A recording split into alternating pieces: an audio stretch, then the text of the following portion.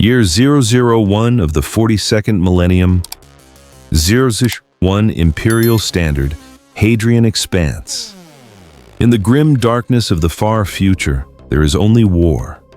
Yet even war has its monsters. And when the monsters of another universe clawed their way into ours, the galaxy learned a cruel truth. There is no limit to hunger. The first scream came from Astropath Prime Valdris aboard the monitoring station Vigil Eternal, positioned at the edge of the Hadrian Expanse like a lighthouse watching for storms in an ocean of stars.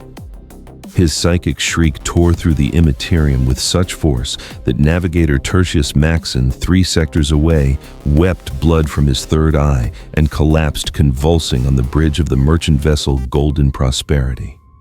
Valdris had served the God Emperor for 43 years, his mind trained to weather the storms of the warp and translate the whispers of distant psychers into coherent Imperial communications. He had survived 3 Black Crusades, transmitted final astropathic messages from doomed worlds as they burned beneath Demon Prince's wings, and once maintained psychic contact with a Space Marine strike cruiser for 17 days while it fought its way through a warp storm that turned time inside out. But what struck him now was unlike anything in his long service. It was not the familiar corruption of chaos with its seductive promises and reality-bending madness. Nor was it the cold alien intelligence of the Tyranids that he had encountered during the Second Tyrannic War, when their shadow in the warp had nearly driven him to self-mutilation rather than endure its oppressive silence. This was hunger given form, but hunger of a kind that transcended mere physical need.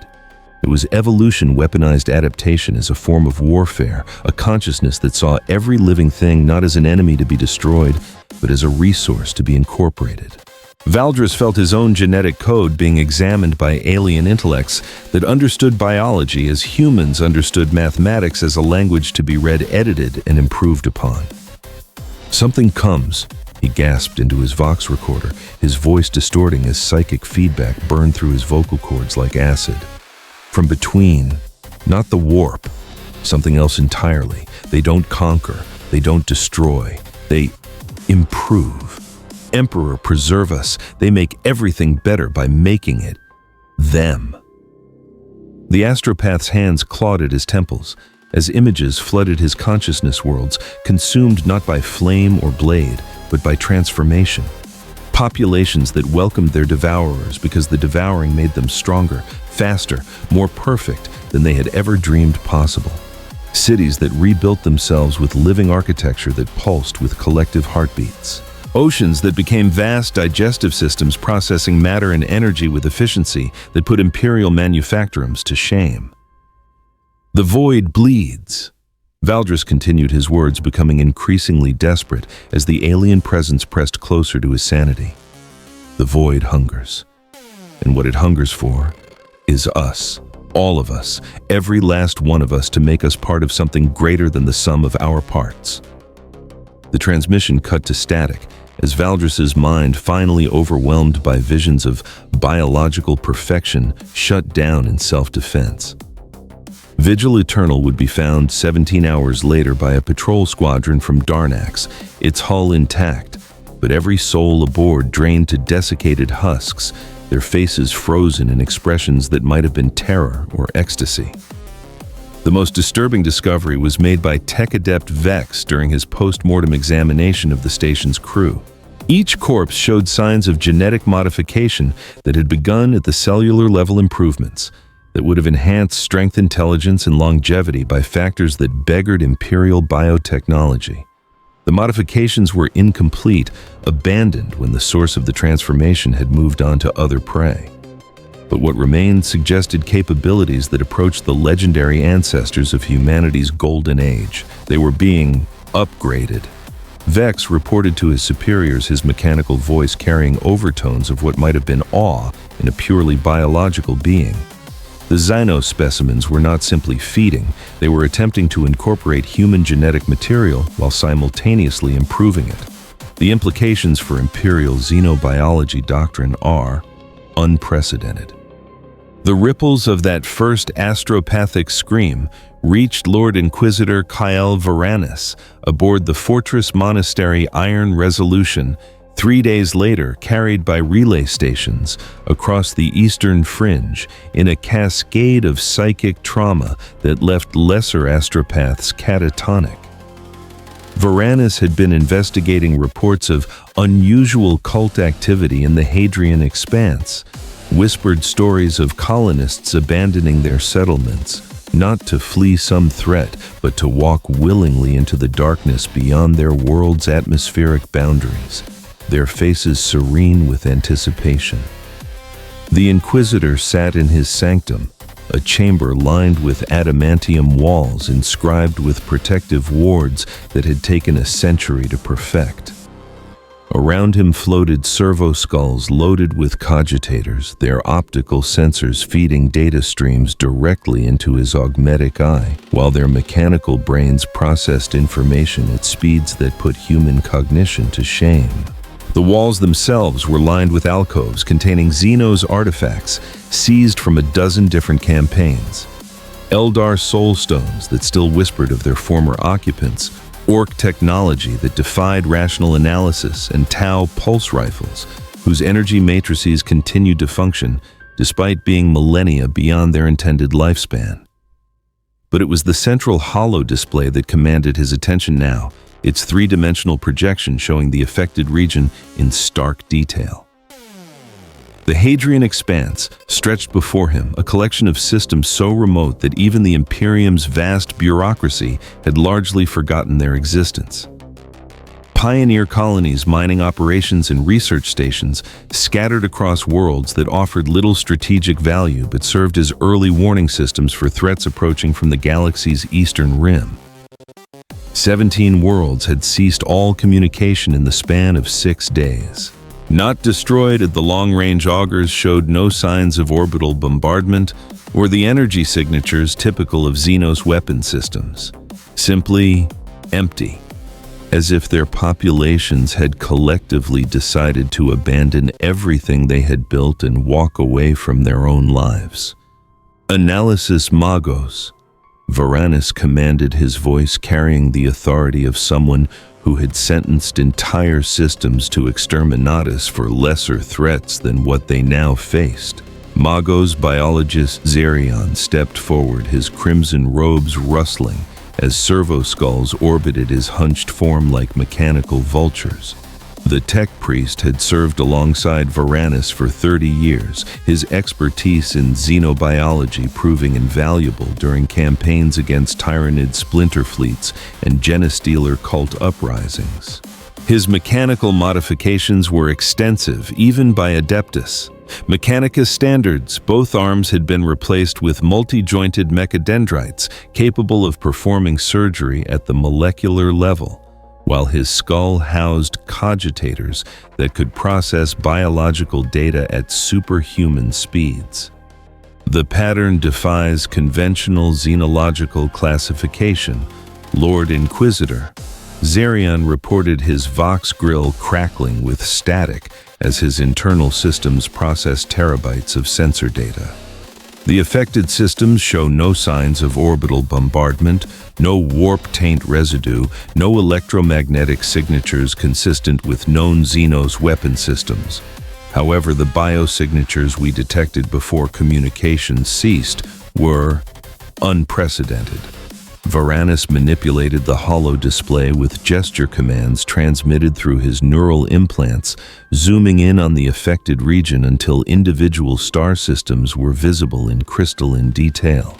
The Hadrian Expanse spread before them, Carpath 9, an agri-world where bacterial photosynthesis had turned vast plains into seas of bioluminescent grain.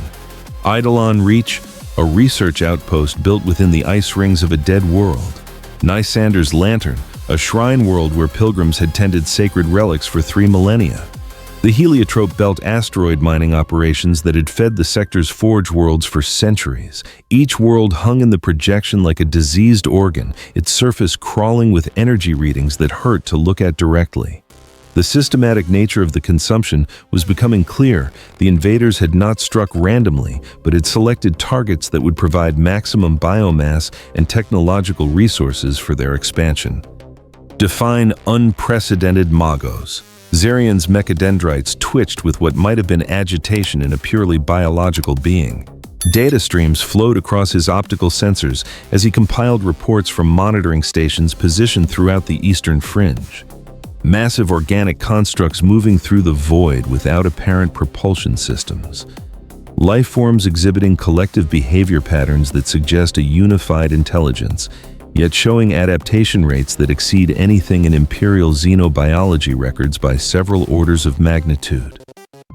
The Inquisitor's augmetic fingers drummed against the arm of his throne, a habit he had retained from his days as a mere acolyte, studying in the Schola on Ophelia VII. Back then, the galaxy had seemed vast but comprehensible, its threats catalogued and contained by the Imperium's armies. 10,000 years of warfare had taught humanity to recognize the signs of every major Xenos threat, the mechanical precision of Necron tomb fleets, the chaotic exuberance of Orc Waz, the cold efficiency of Tau expansion, and the ravenous hunger of Tyrannid hive fleets. But this felt different. This felt like standing at the edge of an abyss that stared back with intelligence that saw humanity not as an enemy to be destroyed, but as raw material to be improved upon. "Show me the picked captures," he commanded. The hollow display shifted its projection matrices, straining to render imagery captured by long-range augers in the final moments before each world fell silent. What emerged from the static was a constellation of nightmare-made manifest organic forms that moved through space with predatory grace, their chitinous hulls glistening with bioluminescent patterns that pulsed in hypnotic rhythms. Varanus leaned forward, his breath catching despite decades of experience, cataloging the galaxy's horrors. His augmetic eye cycled through spectral analyses, searching for familiar patterns that might help classify what they faced. The readings made no sense. The creatures registered as living organisms, but their size and behavior suggested technology beyond anything in Imperial archives. They were not ships in any recognizable sense. The creatures for creatures, they were beyond any doubt moved through the vacuum of space as naturally as sea beasts through an ocean. Some were smaller than escort vessels, their forms streamlined for speed and decorated with what appeared to be natural weapon systems. Others dwarfed Imperial battleships, their carapaced bodies pulsing with muscular contractions that suggested internal organs the size of hab blocks. The smallest specimens measured over a kilometer in length, their segmented hulls bristling with structures that served no obvious purpose, until Zerion's enhanced analysis revealed their true nature weapon sensor arrays and digestive systems all grown from the same biological template. The largest could have swallowed a battle barge whole, their maws lined with structures that resembled both teeth and manufacturing equipment. But it was their behavior that chilled Varanus most. They moved not as individual predators hunting for prey, but as a single organism distributed across millions of cubic kilometers of space. Every course correction was perfectly coordinated, every formation shift executed with mechanical precision that spoke of a unified intelligence beyond human comprehension. Magos, what do your calculations suggest regarding their method of interstellar travel? Zerion consulted his internal cogitators, their blessed machine spirits working overtime to process data that challenged the fundamental principles of Imperial physics. Unknown Lord Inquisitor, they appeared simultaneously across multiple systems as if they had translated directly from another reality entirely. The energy signatures are inconsistent with warp translation, and no known Xenos technology can account for their apparent ability to traverse interstellar distances without detectable propulsion systems. The implications were staggering. If these creatures could move between star systems without using the warp, they possessed technology that transcended humanity's understanding of space-time itself. More disturbing still was the possibility that they might not be using technology at all, but rather some form of biological capability that evolution had granted them across eons of natural selection. "Have you identified their point of origin?" Varanus asked, though he suspected the answer would provide little comfort. "Negative, my lord. Long-range auger sweeps of the regions beyond the Hadrian Expanse show no signs of approaching fleets or staging areas.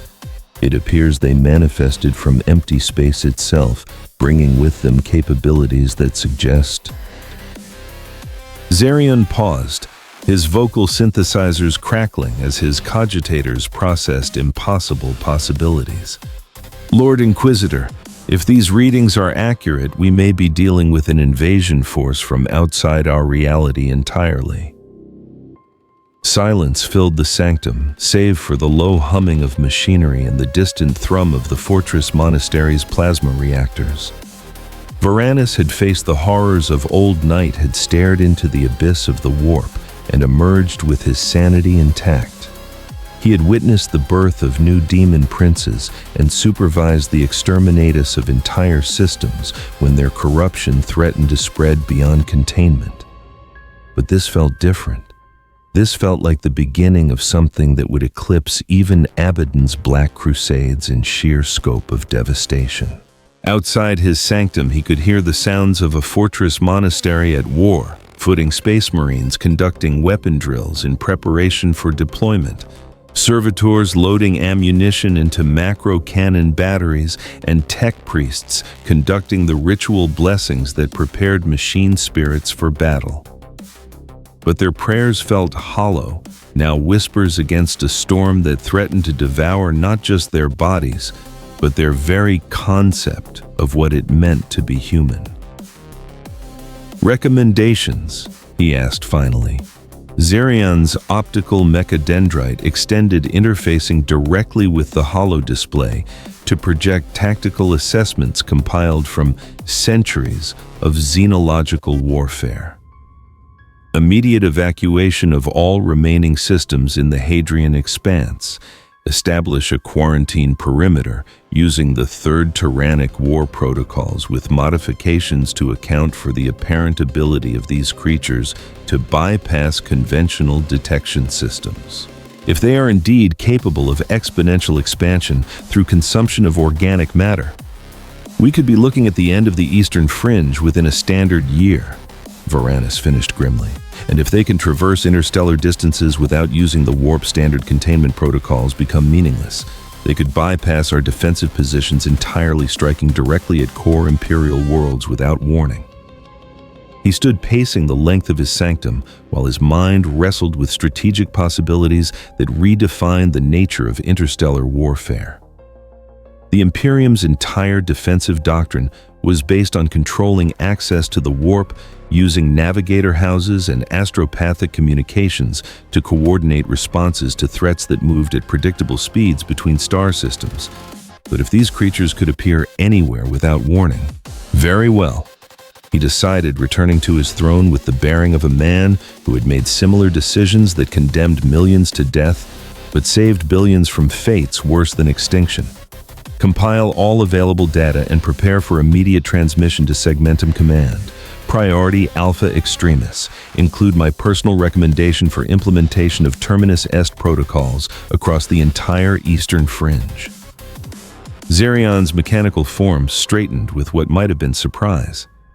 Terminus Est was the Imperium's most extreme response to existential threats, the systematic abandonment of entire sectors, and their sterilization via cyclonic torpedo bombardment. It had been used only twice in Imperial history, both times when faced with threats that could not be contained by conventional means. "And Magos?" Varanus continued, his voice carrying the weight of absolute authority. "Include a recommendation for immediate deployment of all available exterminatus-capable vessels to the Hadrian Expanse perimeter. If we cannot contain them through conventional warfare, we will burn every world they touch until nothing remains but irradiated rock." As Zerion departed to execute his orders, his mechanical limbs already interfacing with the Fortress Monastery's communication arrays, Varanus remained alone with the holo display.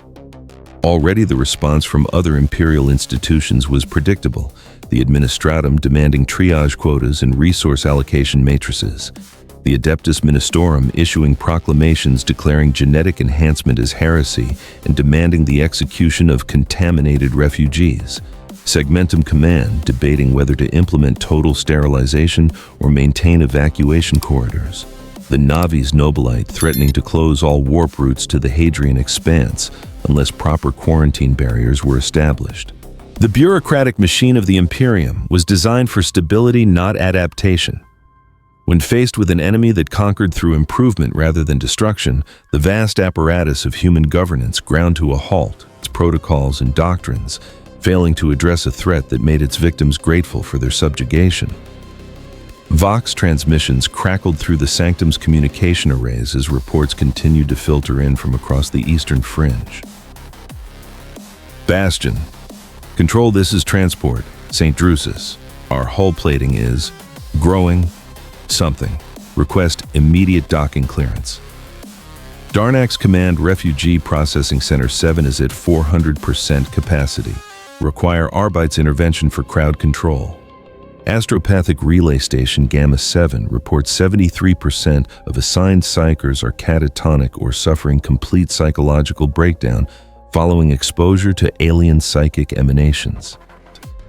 The red runes continue to spread like cancer through the star charts, as each one representing not just a failed colony or mining station, but potentially the first symptoms of a plague that could consume the entire galaxy.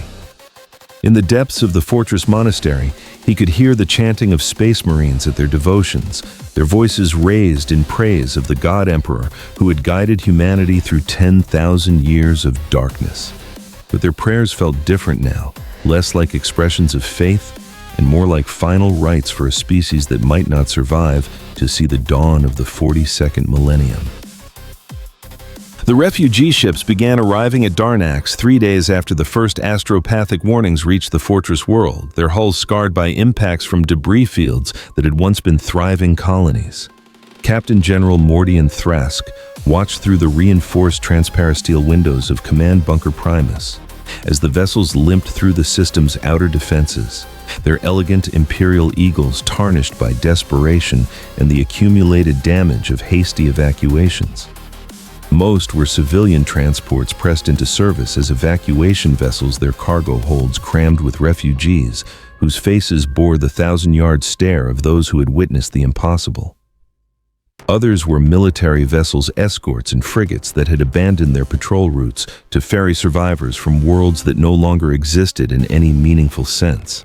The first transport to dock at Darnax's orbital facilities was the bulk hauler Adamant Resolve, a massive vessel normally used to transport raw materials between mining colonies. Its captain, a grizzled void-born trader named Hecht Valdoris, had converted his cargo bays to house nearly 10,000 refugees from the research station Gamma Proxima 7. Captain General Thrask met the transport personally, his dress uniform adorned with the medals and honors earned during 40 years of service to the throne. Behind him stood a retinue of staff officers and medici personnel, their faces grave with the knowledge that whatever stories these refugees brought would likely reshape the Imperium's understanding of the threats that lurked beyond the galaxy's edge. The first refugee to disembark was Dr. Elena Vasquez, former head of xenobiology research at Gamma Proxima 7. Her laboratory coat was stained with substances that defied chemical analysis, and her eyes held the hollow look of someone who had seen the fundamental principles of biology rewritten before her eyes. "Captain General," she said, her voice carrying the careful precision of someone fighting to maintain sanity through sheer intellectual discipline. "I must speak with your senior xenobiologists immediately. What we encountered, it challenges everything we thought we understood about the nature of life itself." Behind her, other refugees were being processed by medici teams and Ministorum confessors, their stories recorded by servo-scribes for later analysis. The confessors' faces were grim with suspicion, Several refugees showed signs of genetic modification that bordered on heresy, and whispers of improvement and enhancement had already reached the ears of the Adeptus Ministorum. Orders had been transmitted from Sector Command. Any individual showing signs of alien contamination was to be quarantined pending thorough examination by inquisitorial authorities. Children clung to parents who spoke in whispers about walking cities and oceans that had learned to think. Adults stared at the deck plating with expressions that suggested they were seeing something other than mundane metal and plasteel. The attack began 7 days ago. Dr. Vasquez continued, her hands shaking as she accepted a cup of recaf from an orderly. But it wasn't an attack in any conventional sense. They didn't bombard us from orbit or deploy ground forces. They arrived. Suddenly, without warning, our research station was surrounded by creatures that defied every principle of xenobiology I've studied for 30 years. She paused, taking a sip of the recaf before continuing. They move through vacuum as easily as we move through air. Some were the size of fighter craft. Others could have swallowed our station whole. But they didn't attack us immediately. Instead, they began studying us, analyzing our genetic structure, our technology, our methods of organization. It was as if they were cataloging us for some purpose we couldn't understand. "What happened to the station?" Thrask asked, though the answer was becoming increasingly clear from the refugees' expressions.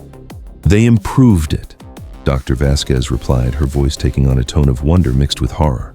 "The creatures began secreting some form of biological compound that bonded with our station's hull. Within hours, our life support systems were operating at 300% efficiency. Our power grid was producing more energy than our reactors should have been capable of generating. Our laboratories were evolving." She looked up at Thrask with eyes that held both fascination and terror. "Captain General, they weren't trying to destroy us. They were trying to make us better, faster, stronger, more efficient, and the terrifying thing is, it was working." The implications hit Thrask like a physical blow. An enemy that conquered through improvement rather than destruction would be impossible to fight using conventional tactics. How could the Imperium rally its population against invaders who promised to make their lives better? How could Space Marines maintain morale when facing enemies who sought to upgrade rather than eliminate them? "How did you escape?" he asked. Dr. Vasquez's expression darkened. "We didn't escape. We were released. After 3 days of observation and modification, they simply left, moved on to other systems, other populations to study and improve. But they left behind changes, improvements to our genetic structure that we're still trying to understand." She rolled up her sleeve, revealing skin that seemed to shimmer with an inner light. "Enhanced cellular regeneration, improved neural conductivity, optimized metabolic efficiency. I can think faster, react quicker, and I haven't needed sleep for 4 days. My colleagues show similar improvements, though the specific enhancements vary by individual." "Are you still human?" Thrask asked the question, carrying weight that went beyond simple biological classification. "I don't know," she admitted. "We're still ourselves, still possess our memories and personalities, but we're more, better. And that's what terrifies me most, Captain General. Not that they changed us, but that the changes feel so right." Year 001 of the 42nd Millennium. 1. 001 Imperial Standard Darnak System. The void trembled. Not in any way that Imperial sensors could measure, for the disturbance existed beyond the crude understanding of matter and energy that governed human technology. It was a psychic convulsion that rippled through the Imperium like a scream, given form a pressure wave of alien consciousness, so vast and implacable that Navigator houses 3 sectors away reported their charges weeping blood from their third eyes. Captain General Mordian Thrask felt it as a cold weight settling in his chest. a premonition of doom that spoke to instincts honed by decades of warfare against enemies beyond counting. Around him, in command bunker, Primus staff officers paused in their duties as the same chill touched their souls, though none possessed the words to describe what they experienced. The first bioships translated into the Darnak system at 0347 hours local time, appearing in the void with the silent majesty of predators that had evolved beyond the need for theatrical displays. They did not emerge from warp space with the reality-tearing violence typical of Imperial vessels, nor did they announce their arrival with the mechanical precision of Necron tomb fleets. Instead, they simply were one moment the system's edge was empty, and the next it crawled with organic forms that seemed to have grown from the darkness itself. Long-range augurs detecting massive biosignatures, reported Sensor Adept Kellyan, her voice tight with professional restraint that barely concealed growing horror. Bearing 27 Mark 6 distance 400 million kilometers and closing. Configuration unknown, but the scale. She paused, double-checking readings that defied belief. Sir, we're looking at tonnage exceeding the entire Darnak's defense fleet. The main tactical display shimmered to life, its holoprojectors straining to render imagery captured by deep void sensors positioned at the system's edge. What emerged from the static was a constellation of nightmare-made manifest organic forms that moved through space with predatory grace, their chitinous hulls glistening with bioluminescent patterns that pulsed in hypnotic rhythms. Thrask had seen pict captures from refugee ships, but witnessing the swarm in real-time tactical displays drove home the true scope of what approached his fortress world.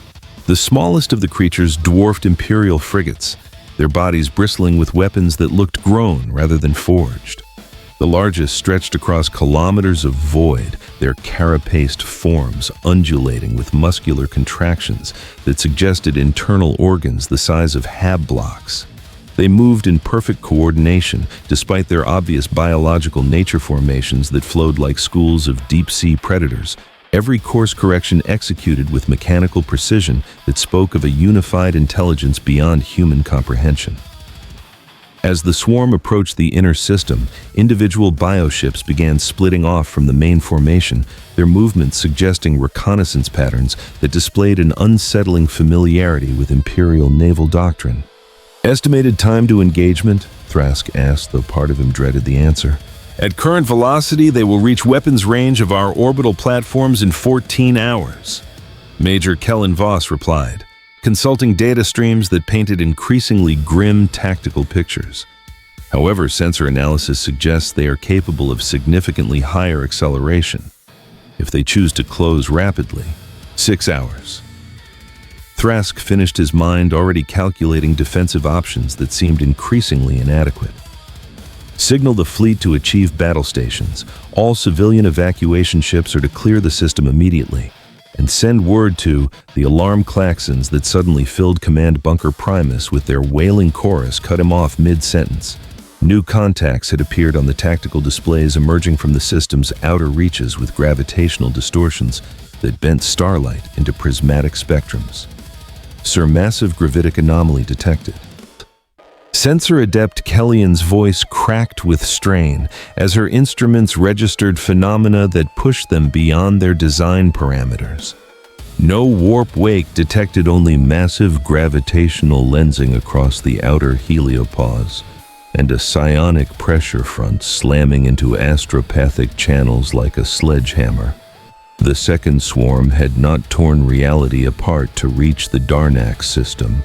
Instead, they had compressed space-time itself, riding gravity shears and stellar magnetic fields with the casual mastery of creatures born between the stars. Reality rippled around their emergence point like water disturbed by falling stones. But there was no violence in their arrival, only the inexorable certainty of apex predators claiming new hunting grounds. Tech Adept Vex looked up from his console, his optical mechadendrites focusing on readings that sent cascades of binary code across his neural implants. Sir, signature consistent with documented Tyranid hive flotillas, real space translation via biospheric thrust and gravity manipulation. shadow in the warp intensity rising exponentially. This appears to be a splinter fleet designation, unknown but conforming to hive fleet behavioral patterns observed during previous incursions. The tactical display updated to show the newcomers in crystalline detail, and the differences between the two swarms became immediately apparent. Where the first fleet moved with fluid grace, these vessels displayed the angular brutality of creatures designed for consumption. Their hulls were covered in chitinous plating that spoke of evolution, honed by millennia of warfare, dorsal spines bristling with weapon systems that pulsed with barely contained biological energy.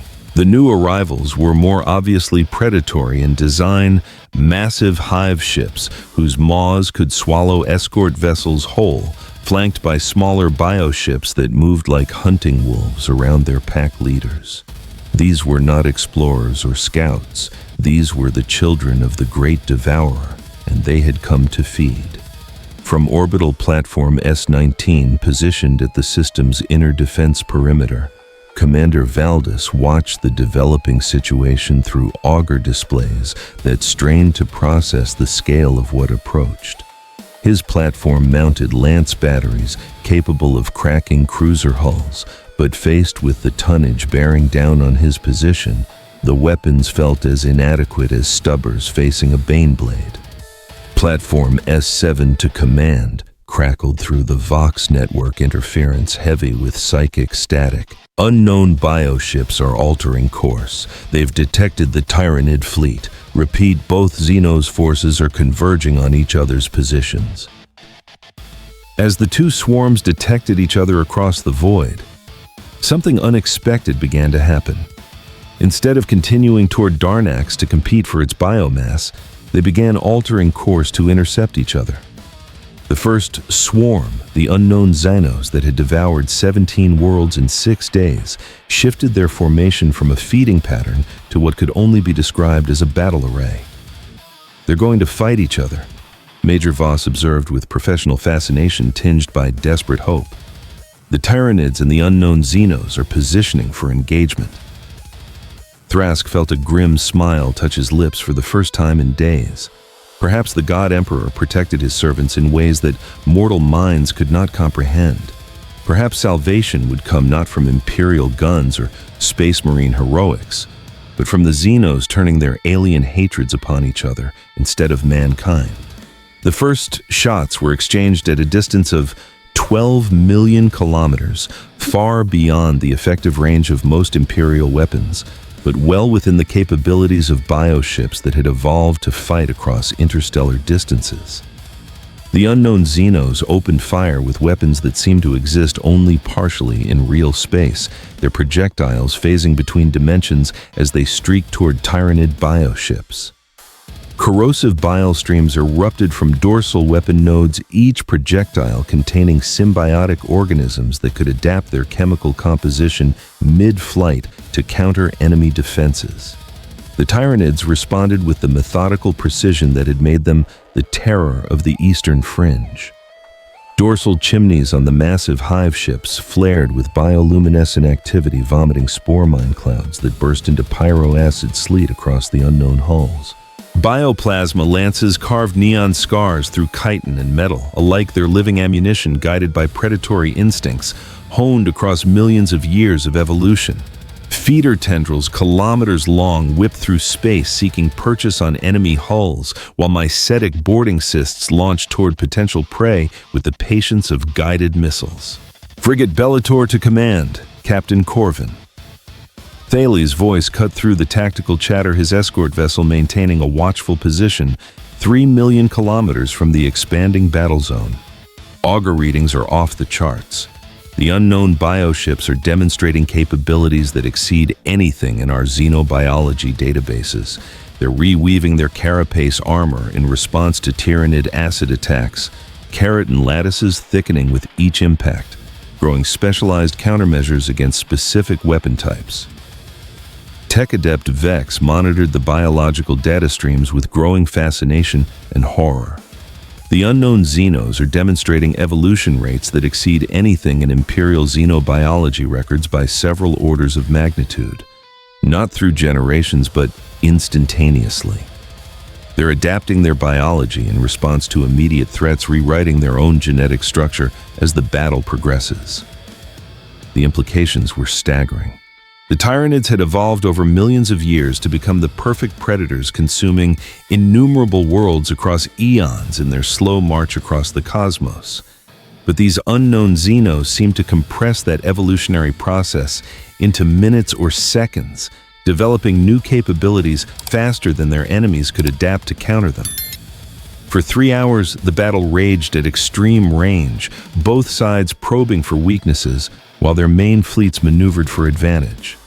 The tactical displays in Command Bunker Primus showed the engagement developing in distinct phases as each fleet adapted to their opponent's capabilities.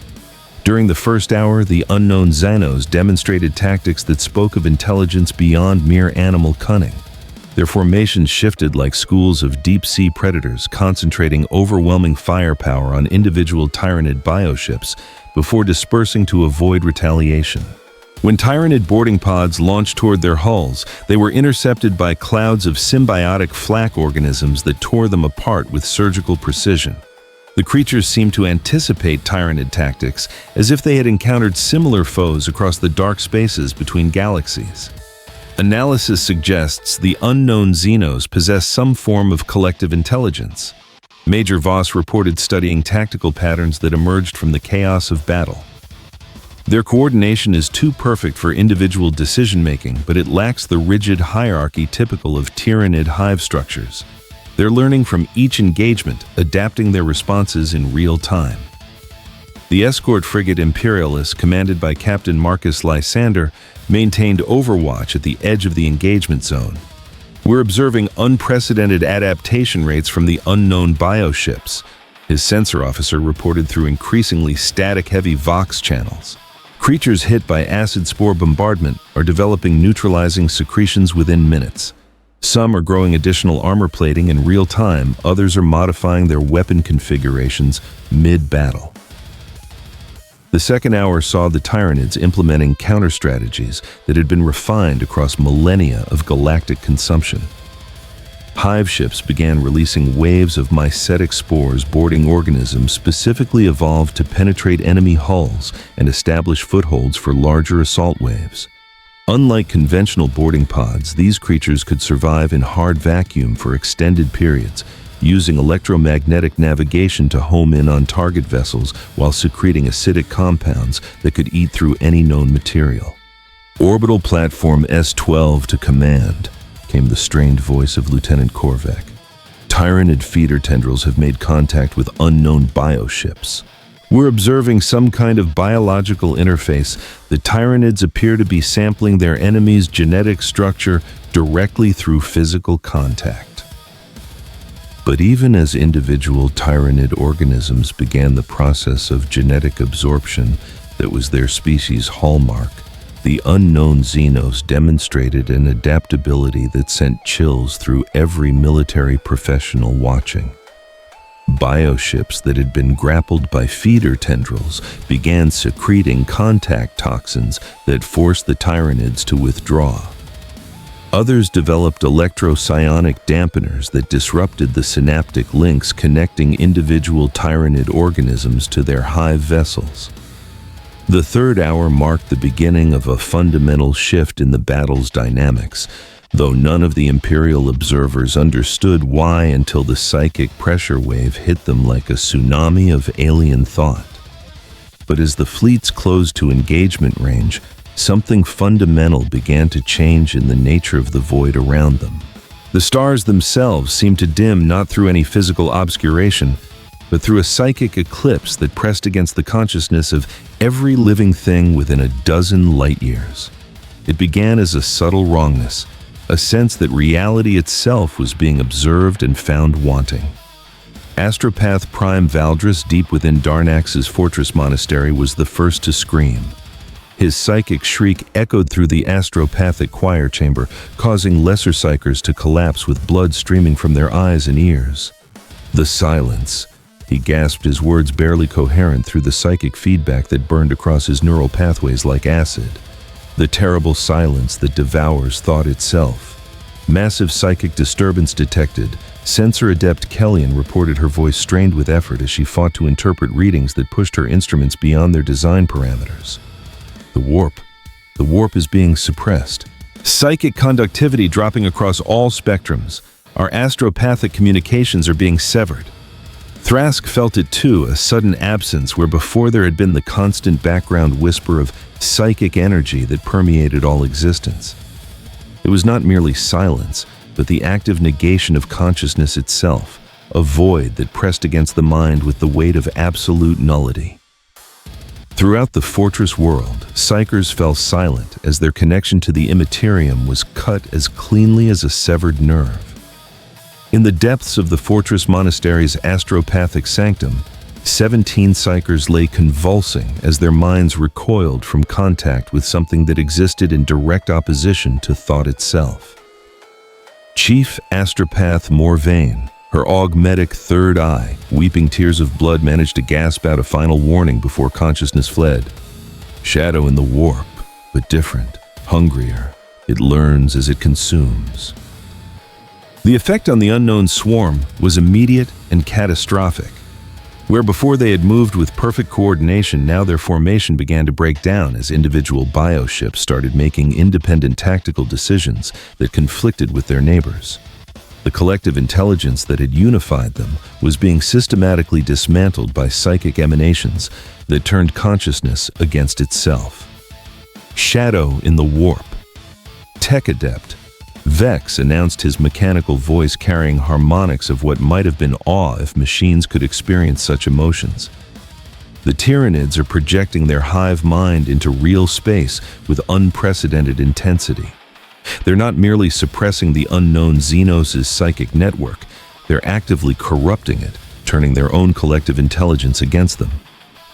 Under the Shadow's influence, the unknown formation dephased from coordinated assault into chaotic melee. Ships wheeled against their own pickets, command pulses desynchronized into feral impulses that transformed what had been a choir into a riot. Without the choir, target selection heuristics collapsed into proximity aggression, turning pickets into prey. Bioships that had fought as extensions of a single organism suddenly turned on each other, their alien minds reverting to base survival instincts without the guiding intelligence that had unified them. On the tactical display, the battle's momentum shifted decisively as the unknown Xenos fleet descended into self-destructive chaos. Some bioships began feeding on their own damaged escorts, while others simply drifted in space, their crews apparently catatonic without the psychic network that had given their lives meaning. The Tyranids, meanwhile, pressed their advantage with the methodical precision that had allowed their species to devour countless worlds. Hive ships that had been taking heavy damage suddenly found themselves facing enemies that could no longer coordinate their fire. Massive bioships that had evolved over eons of predatory competition moved through the chaos like reapers, harvesting wheat, their weapons, finding targets that could no longer mount effective defensive patterns. But even as their fleet was being systematically destroyed, the unknown Xenos demonstrated an adaptability that would haunt Imperial strategists for generations to come. Individual bioships began morphing their hull configurations in real time, growing new weapons and defensive systems as they fought. Creatures that had been hit by Tyranid bioplasma sprouted additional heat dispersal organs within minutes. Others began secreting their own acidic compounds in response to being targeted by spore mines. They're evolving, Tech adept Vex announced, his mechanical voice carrying overtones of what might have been fascination. Not through generations, but instantaneously. They're adapting their biology in response to immediate threats, developing countermeasures to weapons they've never encountered before. Even as the unknown swarm was being decimated, individual bioships began demonstrating capabilities that hadn't existed at the battle's start. Some developed the ability to phase between dimensions, avoiding Tyranid attacks by temporarily existing in parallel space. Others began generating their own localized psychic fields, crude attempts to restore the collective intelligence that the Shadow in the Warp had severed. The battle's climax came during the 6th hour when the largest of the unknown bioships, a creature that dwarfed even Tyranid hive ships, attempted a desperate gambit to break the psychic stranglehold that was destroying its fleet. It began generating a counter-frequency to the shadow in the warp. A psychic scream that tore through local space with enough force to shatter the hulls of smaller vessels on both sides. For 17 minutes, the two psychic forces battled for dominance over the local Imperium. Reality itself seemed to buckle under the strain as competing alien consciousnesses wrestled for control over the fundamental forces that govern thought and matter. On Darnax, every psyker within 1,000 kilometers collapsed simultaneously, their minds unable to process the psychic equivalent of two black holes colliding. But the Tyranid hive mind had been perfected over millions of years and countless galactic consumptions. Where the unknown Xenos relied on raw psychic power, the Tyranids employed focused intent honed to surgical precision. The shadow in the warp contracted like a closing fist, concentrating all its malevolent attention on the unknown bioship's desperate attempt at resistance. The creature's death scream, when it finally came, was audible across 3 star systems. Its hull kilometers long and filled with biological processes that defied Imperial understanding simply came apart at the molecular level. But as it died, something unprecedented happened. Instead of dissipating into space, its genetic material was caught in the Tyranid feeding tendrils that had been extended in anticipation of victory. The consumption that followed was unlike anything in recorded xenobiology. The Tyranids did not simply devour their enemy's biomass. They absorbed their capabilities, their adaptations, their very essence into the collective genetic template that defined their species. Within hours of the unknown bioship's death, the surviving Tyranid vessels began undergoing transformations that bore no resemblance to any hive fleet configuration in Imperial archives. "Sir." Sensor Adept Kellyan spoke into the silence that had fallen over Command Bunker Primus, her voice carrying the weight of terrible comprehension. "The remaining Tyranid bioships, they're not retreating. They're maintaining position and undergoing some form of rapid metamorphosis." On the tactical display, the surviving Tyranid vessels pulsed with new bioluminescent patterns that had never been observed in any previous encounter with the species. Their hulls were reshaping themselves, growing new structures that incorporated elements from their defeated enemies. They were changing, evolving, becoming something that belonged fully to neither species, but combined the most dangerous aspects of both.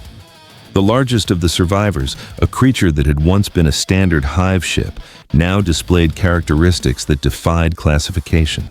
Its hull had developed the phase-shifting capabilities demonstrated by the unknown Xenos, allowing it to flicker between dimensions as it moved.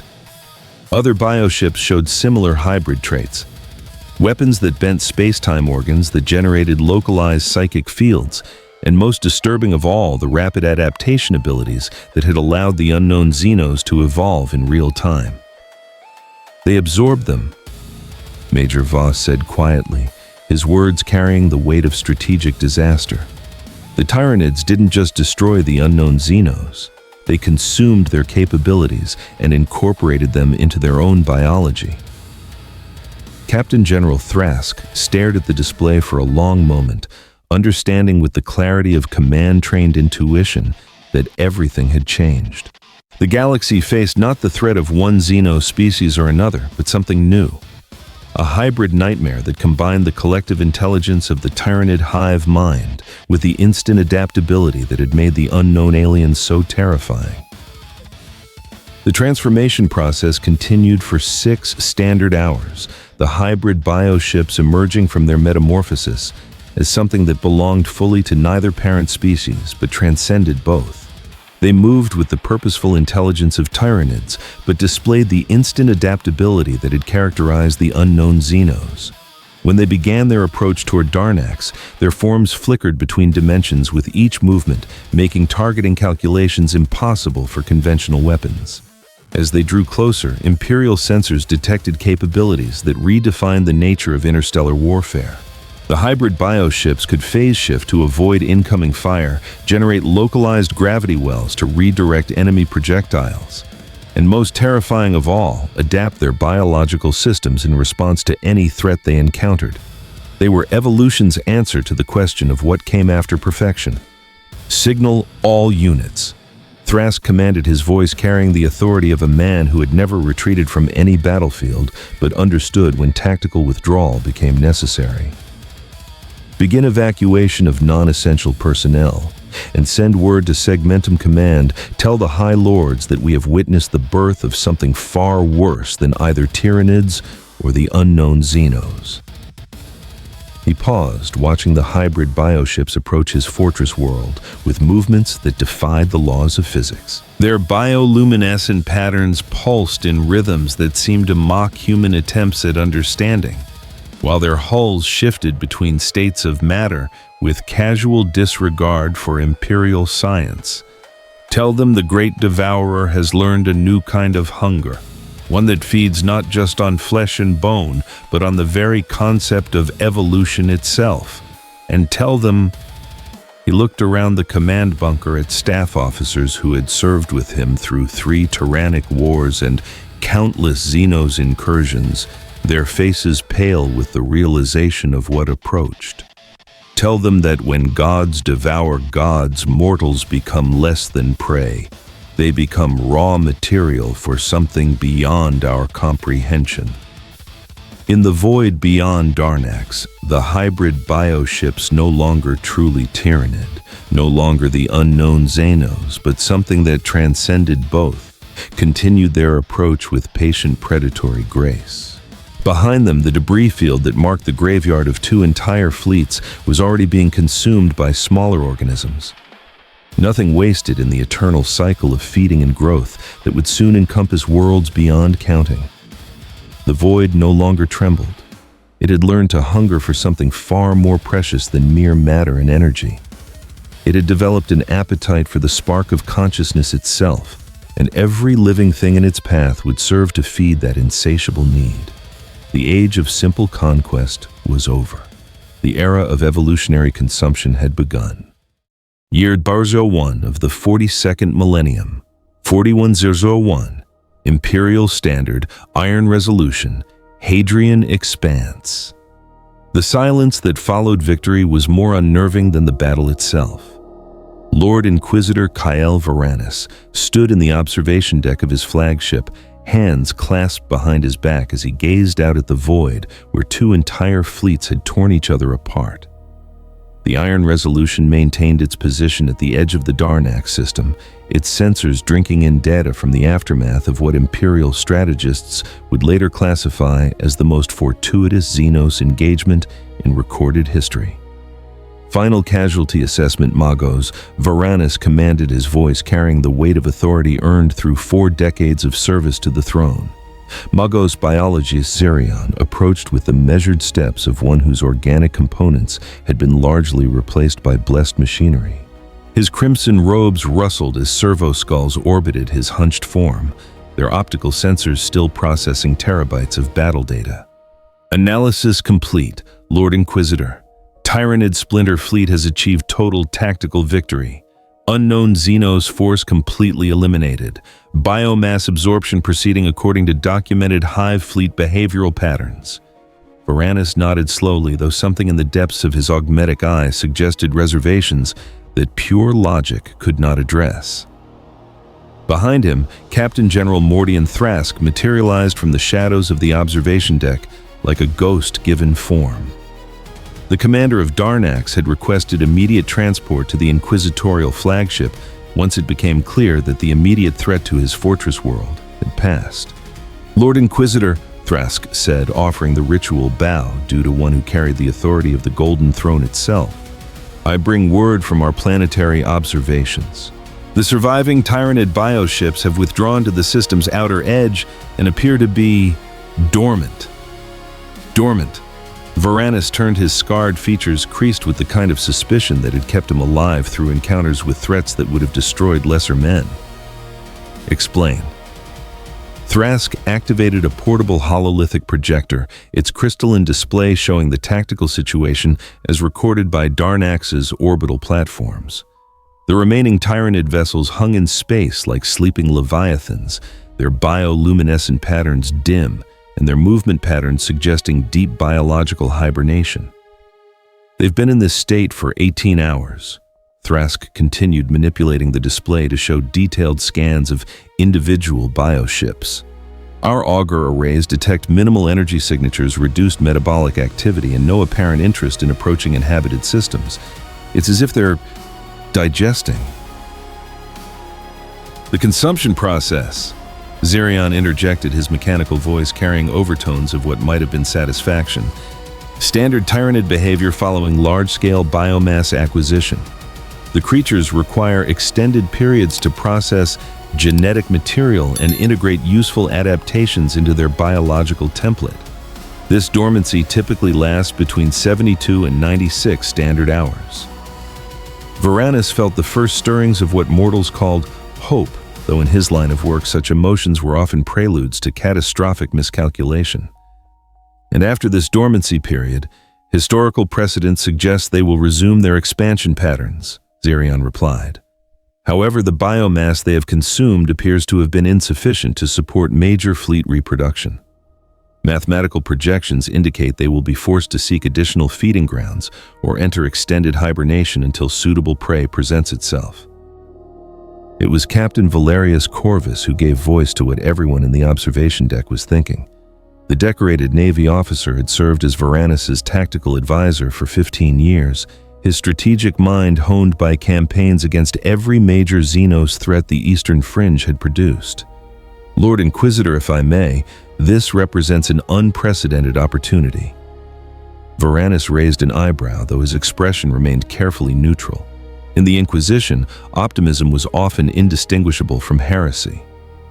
"Elaborate." "The unknown Xenos have been eliminated as a threat factor," Corvin continued, warming to his analysis.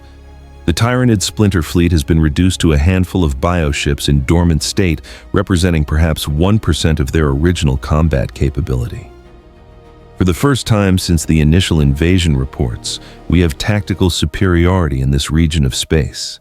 Through the observation deck's massive transparasteel windows, the debris field that marked the graveyard of 2 entire fleets glittered with the light of distant stars. Chunks of chitinous hull plating drifted alongside fragments of something that might once have been weapon systems, all of it slowly falling into Darnax's gravity well, where it would burn up harmlessly in the fortress world's atmosphere. "The Emperor protects," murmured Chaplain Thaddeus, Deathwatch liaison drawn from the Ultramarines, his voice carrying the ritual weight of prayers offered after impossible victories. The Space Marine had been observing silently from the observation deck's periphery, his midnight blue armor marking his secondment to inquisitorial service. Perhaps this was his will all along, that the Xenos should turn their hatred upon each other rather than upon his faithful servants. Varanus found himself nodding, though decades of experience had taught him to be wary of interpretations that placed divine providence ahead of tactical realities. "Perhaps indeed, Brother Chaplain, but we must consider our next moves carefully. This gift requires proper stewardship." He activated the chamber's primary holo display, its projected star chart showing the entire Hadrian expanse in tactical detail.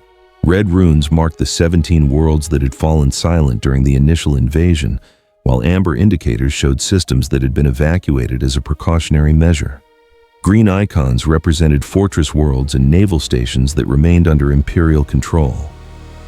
"Recommendations?" Varanus asked, addressing the assembled officers with the tone of a commander who had already reached his own conclusions, but sought to test the strategic acumen of his subordinates. Captain Corvus stepped forward first, his decades of naval service evident in the way he immediately grasped the scope of possibilities now available to them. "Immediate reoccupation of the evacuated systems, Lord Inquisitor. The Xenos threat has been neutralized, and our delay in reclaiming Imperial territory serves no strategic purpose." "Concurred," said Colonel Marcus Thane of the 17th Cadian Shock, his voice carrying the practical authority of a man who had spent 30 years turning Imperial Guard regiments into instruments of the Emperor's will. My reconnaissance battalions can have advanced teams on the surface of key worlds within 72 hours. Standard protocol is to establish beachheads and conduct sweep operations for any residual Xenos presence. Magos Zerion's mechanical appendages twitched with what might have been excitement in a purely biological being. Lord Inquisitor, I respectfully request permission to conduct detailed xenobiology surveys of the affected worlds. The unknown species demonstrated adaptation capabilities that could prove invaluable to Imperial biotechnology programs. Even fragmentary genetic material could advance our understanding of accelerated evolution by decades. Varanus considered each recommendation with the methodical precision that had earned him his position within the Ordo Xenos.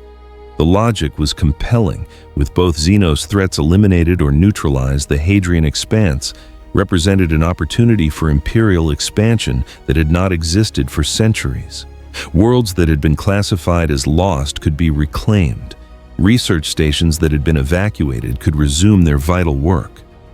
Most importantly, the sector's strategic resources could once again flow toward the war efforts that sustained the Imperium's endless struggle for survival. Very well, he decided, his words carrying the weight of authority that could reshape the destinies of entire star systems.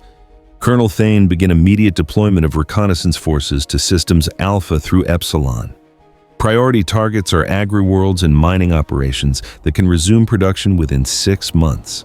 Magos Zerion, you are authorized to establish research stations on worlds Gamma 7 and Delta Prime with appropriate security detachments provided by the Astra Militarum. He paused, his augmetic eye focusing on the tactical display with mechanical precision.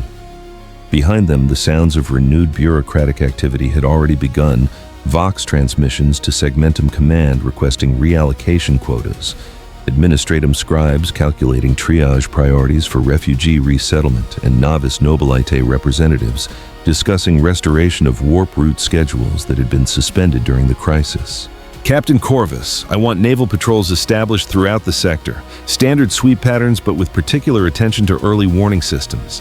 If any remnant of either Xenos force attempts to establish new footholds, I want immediate notification. And the dormant Tyranid vessels? Thrask asked his question carrying the practical concerns of a Fortress World commander who had watched alien nightmares tear each other apart just beyond his defensive perimeter. Varanus smiled, a rare expression that transformed his scarred features from merely intimidating to genuinely predatory. We monitor them. If they remain dormant beyond the projected 96-hour period, we consider more proactive measures. A handful of bioships represents a manageable threat to concentrated Imperial firepower. The assembled officers exchanged glances that spoke of shared understanding. Each had served long enough to recognize the rare moments when the Emperor's enemies overreached and provided opportunities for decisive Imperial action. The unknown Xenos had been eliminated. The Tyranids had been reduced to a skeleton force in dormant state. For the first time in decades, the Eastern Fringe presented the Imperium with a situation that could be resolved through conventional military superiority rather than desperate last stands against overwhelming odds. But it was Tech Adept Vex monitoring biosignatures from his position at the observation deck sensor array who first detected the anomaly that would haunt Imperial strategists for generations to come. Lord Inquisitor, Vex reported, his mechanical voice carrying harmonics that suggested his cogitators were processing data that challenged their fundamental programming. I'm detecting unusual energy signatures from the dormant bioships. The patterns are unprecedented. Varanus approached the sensor console with the measured steps of a man who had learned that unusual energy signatures often preceded catastrophic strategic reversals. Define unprecedented adept. The bioships are not simply dormant, my lord. They are actively reconfiguring their internal structures. Genetic material is being processed and integrated at rates that exceed any documented Tyranid behavior by several orders of magnitude. More disturbing still, the energy patterns suggest they are developing capabilities that do not match any known Hive fleet biological functions. The observation deck fell silent, save for the low humming of machinery and the distant vibrations of the Iron Resolution's plasma drives. Varanus studied the sensor readings with growing unease, his decades of experience in xenobiology warfare providing context that turned hope into something approaching dread. "Show me the comparison analysis," he commanded. Vex manipulated his console, projecting detailed biosignature readings alongside archived data from previous Tyranid encounters. The differences were subtle but unmistakable. The dormant bioships were exhibiting growth patterns that incorporated elements never before observed in any hive fleet organism. The genetic integration process appears to be incorporating not just the biomass of the unknown xenos, but their adaptive capabilities as well, Vex continued. "If my calculations are correct, we are observing the birth of something that combines Tyranid collective intelligence with the instantaneous evolution rates demonstrated by the unknown species." Captain Corvin leaned forward, his tactical mind grappling with implications that redefined the nature of the threat they faced. "Are you saying the Tyranids didn't just defeat the unknown Xenos, they absorbed their capabilities? That would be the most logical interpretation of the available data." Zerion confirmed his mechanical voice, carrying overtones of what might have been fascination if purely biological beings were capable of such focused intellectual interest.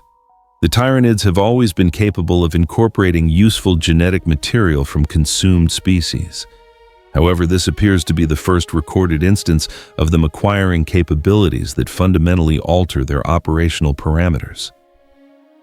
Varanus felt the cold weight of strategic disaster settling in his chest like a tumor made of ice. The victory they had celebrated was not a victory at all. It was the birth of something that could render obsolete every tactical doctrine the Imperium had developed for containing Tyranid incursions. Estimated time frame for this integration to complete, he asked, though part of him dreaded the answer. "Unknown Lord Inquisitor." Vex replied with the mechanical honesty that made tech adepts both invaluable and occasionally unbearable as sources of tactical intelligence. The process appears to be unprecedented in Imperial xenobiology records. However, based on observed metabolic rates and energy consumption patterns, I estimate between 18 and 36 additional hours. And after that, we will likely face organisms that combine the worst aspects of both species we have observed. Tyranid intelligence and coordination coupled with real-time evolutionary adaptation. The strategic implications are significant. Thrask, who had remained silent during the technical analysis, finally gave voice to the thought that occupied every military mind present. "Lord Inquisitor, should we not consider immediate action while they remain vulnerable? Concentrated firepower from the Darnax orbital platform supported by the fleet could potentially eliminate the threat while it remains manageable." It was a reasonable suggestion, the kind of decisive action that had won the Imperium countless victories against enemies who had underestimated humanity's willingness to pay any price for survival. But Varanus hesitated, his strategic instincts warring with possibilities that extended far beyond the immediate tactical situation. "The research potential," he said slowly, working through calculations that balanced immediate security against long-term strategic advantage.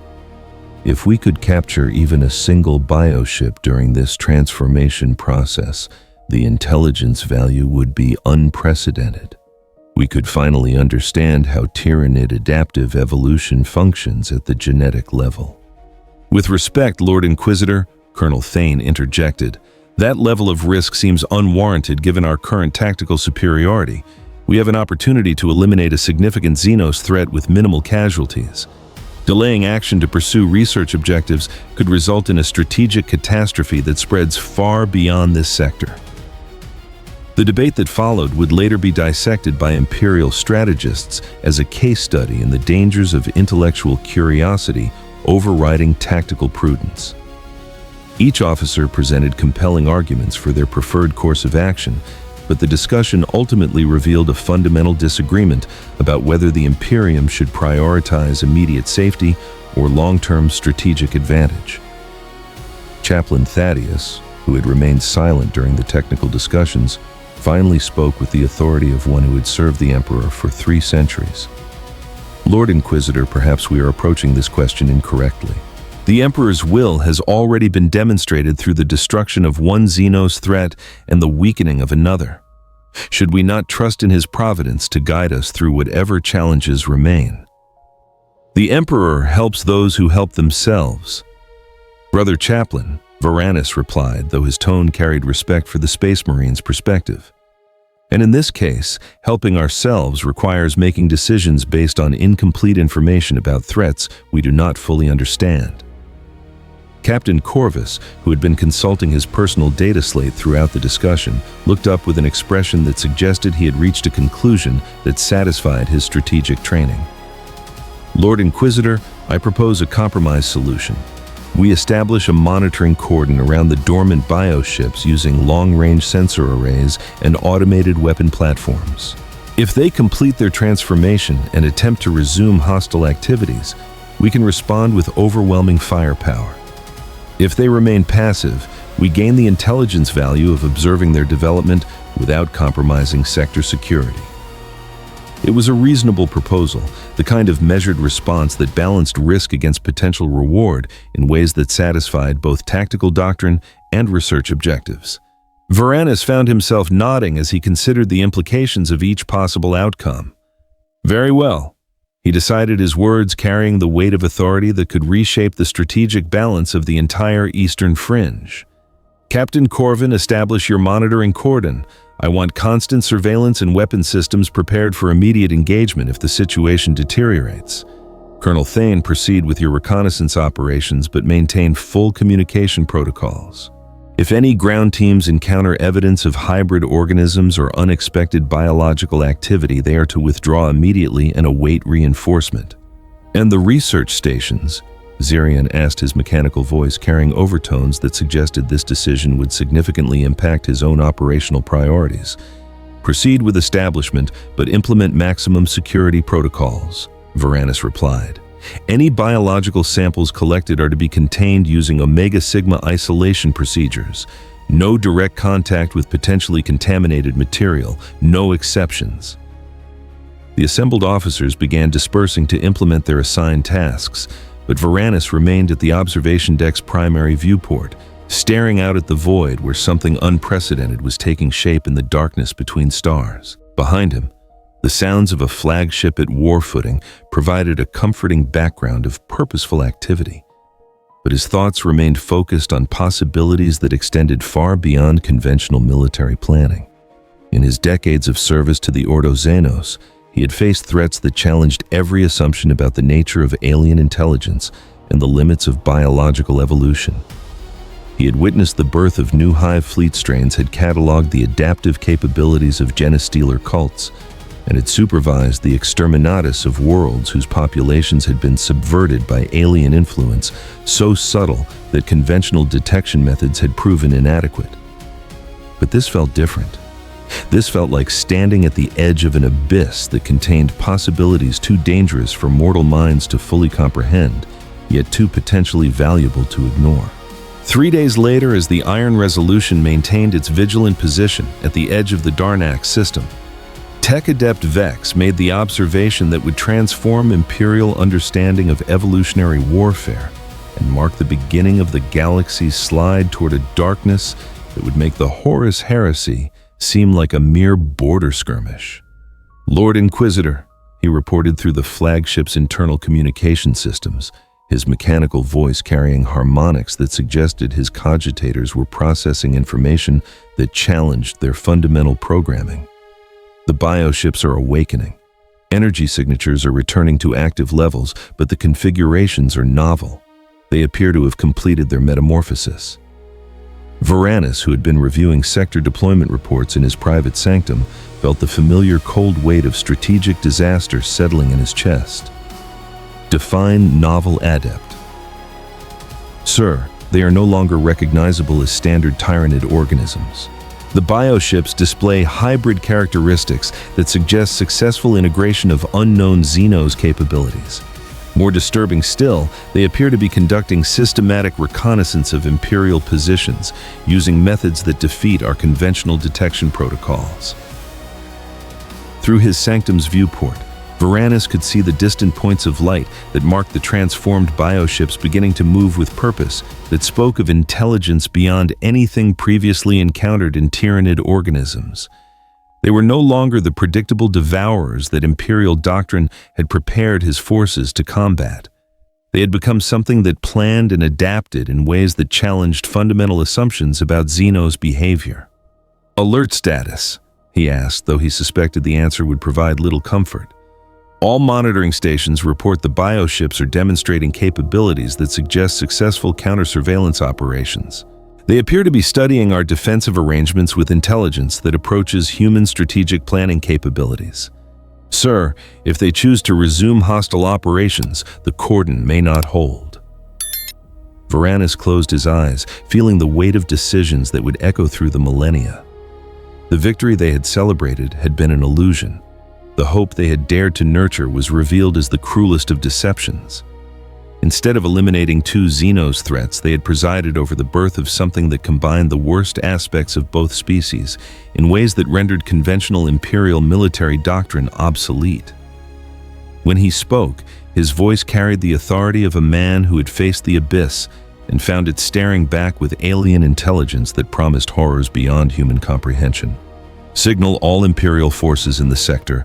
Implement extremis terminatus protocols immediately. Priority Alpha transmission to Segmentum Command.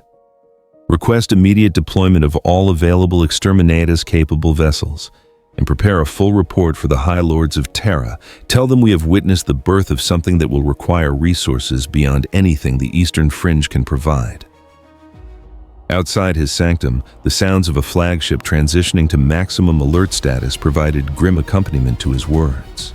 Orders flowed through communication arrays to reach Imperial forces scattered across dozens of star systems, each message carrying the same essential information. The hope they had dared to embrace was revealed as the prelude to a nightmare that would test the Imperium's capacity for survival in ways that no previous Xenos threat had achieved.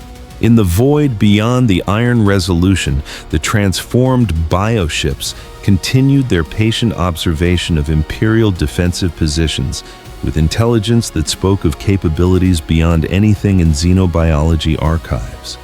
They had been born from the consumption of two different approaches to evolutionary perfection, and now they possessed the tools necessary to challenge humanity's dominion over the galaxy in ways that would make the Great Crusade's victories seem like temporary postponements of inevitable defeat. The age of false hope was over. The era of hybrid nightmares had begun.